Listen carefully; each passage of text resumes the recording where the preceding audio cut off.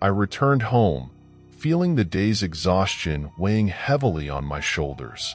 It was a warm summer evening, and the time spent with friends outside had been far more enjoyable than I had anticipated. As I realized my steps were slowing, I opened my front door and stepped inside. The peaceful atmosphere of the house immediately enveloped me in silence. I made myself a cup of coffee and sat on the couch in front of the television. I flipped through a few channels before settling on a classic film. The warmth of the coffee helped me shed the day's stress. As the film progressed, my eyelids grew heavy. Fatigue quietly settled over me, and I found myself sinking deeper into the couch. My eyes slowly closed, and the images on the screen blurred as I drifted into a deep sleep. When I opened my eyes, I realized something was wrong in the dim light of my bedroom. I fell asleep in the living room. I muttered to myself, "How did I get here?" I looked around in the grogginess of sleep, but something was off. My eyes slowly scanned the room, and my heart began to race. My room, it was different. My bed wasn't in its usual place. The nightstand seemed to have been moved to another corner, and the wardrobes were piled in one corner as if they had never been part of the room. I tried to pull myself together, but what I saw hit me like a punch in the gut. This room was mine, yes, but at the same time, it wasn't. Fear began to spread through me like a cold poison coursing through my veins. What was going on? I needed to get out of here as soon as possible. As my breath quickened, I rushed toward the door. My hand reached for the doorknob, but my movements were frantic. I turned the handle, but it was locked. A wave of panic took over my entire body. I tried the door again and again, but it was no use. Desperately, I turned around, and my eyes caught the slightly ajar bathroom door. When I saw the white eyes staring at me from the darkness, I froze. It felt as if my soul had turned to ice in that moment. I tried to take a deep breath, but I couldn't. Fear spread throughout my body, and I began to sweat. At that moment, under the gaze of those terrifying eyes, I woke up, panting and drenched in sweat. For a moment, I was trapped between reality and a dream, but then I slowly realized I was back within the safe confines of my bedroom. Yet, the chill in my bones wouldn't go away. Even after waking, I was still under the spell of the dream. My heart was racing, but this time, I was in the real world. To gather myself, I went to the bathroom and splashed cold water on my face. The cool sensation on my skin eased some of the terror from the dream. However, I hadn't realized how much time had passed. When I looked at the clock, I realized I was nearly late for work. I hurriedly got ready and rushed out of the house, but the dream lingered in the back of my mind. Throughout the day, it was hard to shake off the thoughts swirling in my head. When I got home, I decided to play my guitar for a while. When I picked up my electric guitar, my fingers began to glide over the strings, and the rhythm wrapped around me. After a few takes, I recorded my performance and uploaded it to my social media account. This activity helped relax my mind, if only a little.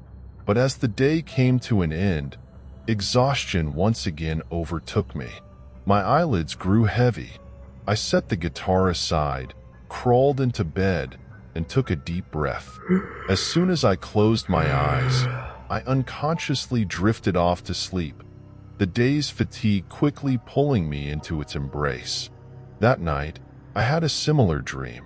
Again, I was in my room, but everything had shifted. The bed, the nightstand, the wardrobes, all felt unfamiliar. I rushed to the door, but it was locked. My eyes once again fixed on the slightly open bathroom door. Those white eyes staring at me from the darkness. This time, they were looking at me from a little closer. When I woke up, my heart was pounding like crazy. The dreams were becoming unbearable. Experiencing the same terror 2 nights in a row was starting to wear me down. 3 weeks passed, and things only got stranger. The dreams didn't stop, but now odd things were happening while I was awake, too. Some items in the house began to disappear. I couldn't find my phone where I had left it, or my keys would suddenly vanish. Even more bizarrely, some objects would fall and break on their own. One morning, I was horrified to see my glass suddenly drop from the table and shatter. These oddities were starting to consume me. Desperate to find a way out, I went to see a doctor. I told him about my dreams and the strange occurrences at home. The doctor looked at me with concern and said he suspected schizophrenia. That was the scariest thing I could hear. Was I losing touch with reality?